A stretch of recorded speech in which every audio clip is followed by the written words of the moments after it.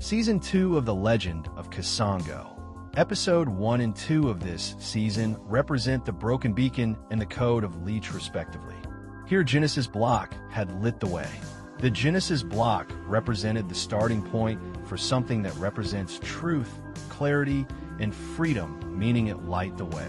This was because of the damage caused by the Code of Leech through parasitic codes, corrupted intent, the battle between transparent creation and exploitative contracts, fake projects, unsustainable forks, and rug pulls.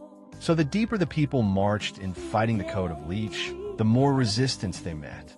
Meaning, as the community grows and pushes deeper into uncharted territories, it encountered challenges, like bad actors seducing and marketeers with no good faith to progress of the project and their people, but just spreading falsehood about Kasango Coin because of its Genesis Block to fight for the people.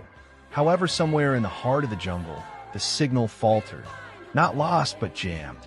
Meaning the signal isn't naturally fading, it's being intentionally disrupted. It isn't dying, they're under attack. The disruption isn't decay, it's sabotage. Kasango arrived at the beacon. Now it flickered, glitched, infected. Even foundational projects can be corrupted either through bad code, compromised governance, or ideological drift. Malicious actors are mimicking legitimacy, but draining the system. Therefore, Kasango drew his blade, and he became a new enemy to the bad actor's Code of Leech. This one that doesn't just attack technically, but philosophically. The enemy that is fighting falsehoods and lack of transparency. The enemy brings that back values into the system. So the community must act decisively to reform and do what's necessary to protect the industry with integrity. Kasango needs defenders to cut through the lies, restore clarity, and reignite the signal by defending the truth, restoring the signal, and fighting the Code of Leech because darkness cannot survive in light. Bad actors cannot imitate truth without being revealed by it. Therefore, Kasango isn't just a warrior. He's a guardian of truth, wielding transparency like a weapon, and that is why Kasango is for the people.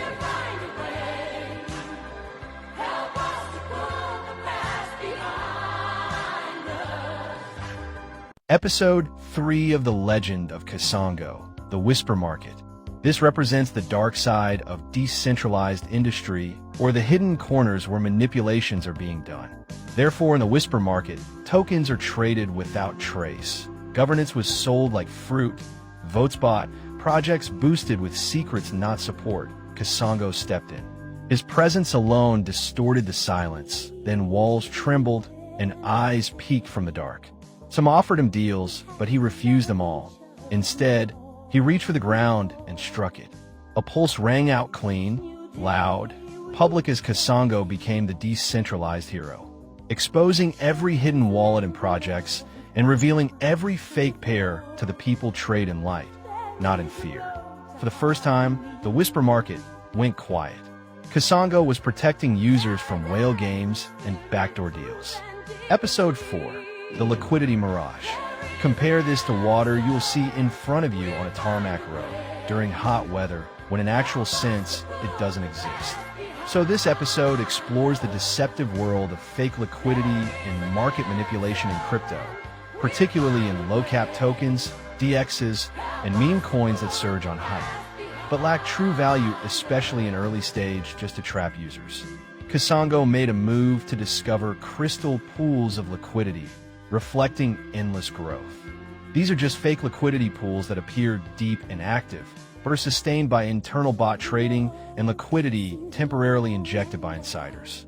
Their prices surge without reason as tokens are danced with impossible volume due to wash trading by creating fake volumes and by trading back and forth between related wallets, and price manipulation through inflated market caps not backed by organic demand. In such projects, newcomers cheered as holders smiled. But Kasango didn't trust what glittered. You can't fight what people want to believe. This is the psychology of FOMO, because traders ignore red flags. The community chief guides deployed transparency tools like token scanners, publicly exposing fake pairs and refusing to trade or promote fraudulent tokens. Kasango didn't argue. He thrust his blade into the heart of the loop, hence cutting off fake volumes. In the end, real value doesn't shimmer. It holds. So, as the dust settled, only real liquidity remained, small but solid, because in crypto, not all that glitters is liquid.